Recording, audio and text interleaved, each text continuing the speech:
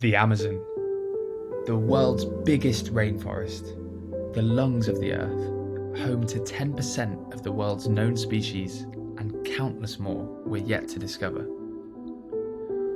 All life on Earth depends on this remarkable habitat, yet we are cutting it down at a frightening rate. 17% of forest cover lost in just the past 50 years. We are decimating biodiversity and gambling with future human civilization because we have an insatiable appetite for meat. We are risking the planet because we are addicted to hamburgers.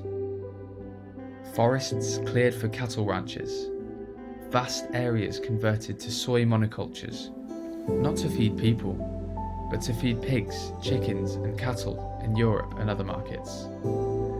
The scale of the problem is immense, and with the UN forecasting that global meat consumption could almost double by 2050, it is likely that much more of the Amazon rainforest will be destroyed in the name of animal agriculture.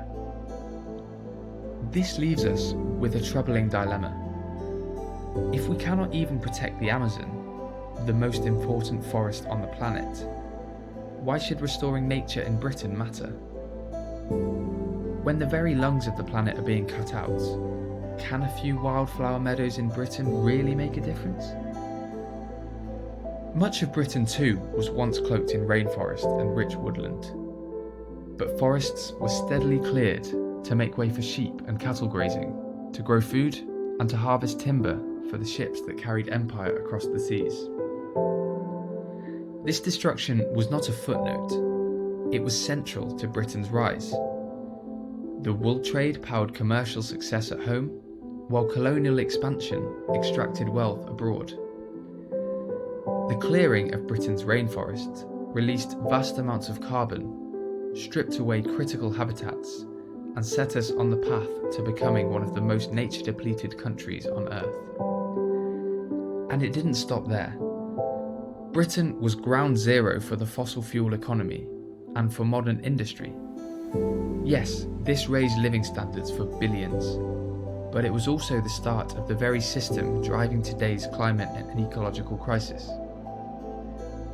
That history matters, because until we restore nature here, our calls for others to protect the Amazon or to change their practices will always ring hollow.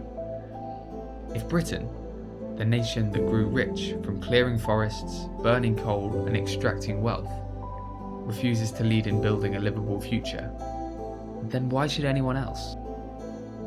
The struggle many of us have to take meaningful action on the climate crisis is, in part, a symptom of disconnection. Disconnection from the natural world. Something that is perhaps not surprising in one of the most nature-depleted countries on Earth. Many indigenous Amazonian cultures understand something we have forgotten. That human life is part of a web, not outside it. Their traditions remind us that survival depends on balance. They do not see themselves as separate from nature. They see themselves as nature. By contrast, here in Britain, we often feel detached from the living world around us.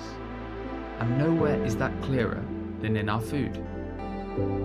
From the sterile shelves of the supermarket, it is easy to forget the impact of what we eat.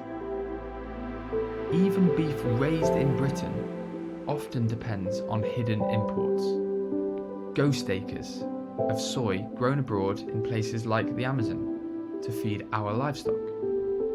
More than 80% of global soy is fed to animals, not people. If we want to protect rainforests, we need to close that loop. Eating fewer animals and more of the plants we currently grow to feed them would take the pressure off ecosystems abroad and help us reconnect with the living systems at home. Other countries show us what is possible when people reconnect with nature. Costa Rica, once scarred by deforestation, made a radical choice: to pay farmers to restore their forests. In a single generation, tree cover doubled, and the nation now stands as a global leader in conservation.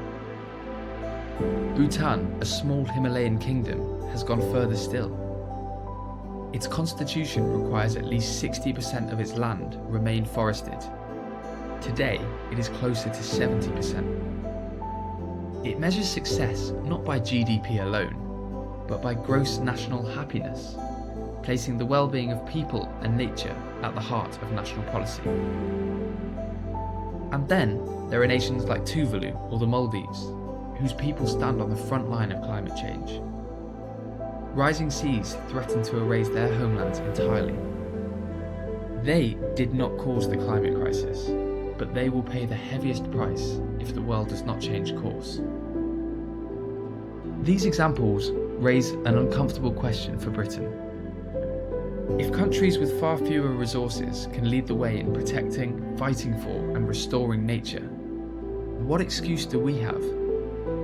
After all, Britain was the birthplace of the Industrial Revolution. We became wealthy by burning coal, clearing forests, and extracting resources from across the empire. Today, we are one of the richest nations on Earth, with world-class science, engineering, and expertise at our fingertips. So why then are we doing nowhere near what we could? And if Britain, with its wealth, its history, and its capacity, is unwilling to lead in protecting the natural world, why should any other country care enough to follow? So what's your view? Should Britain be leading by example in the fight against the climate crisis? And if so, what should we be doing more of? Share your thoughts in the comments. If this video got you thinking, hit like, subscribe, and share it with someone else who cares about food, farming, and the future of nature in Britain.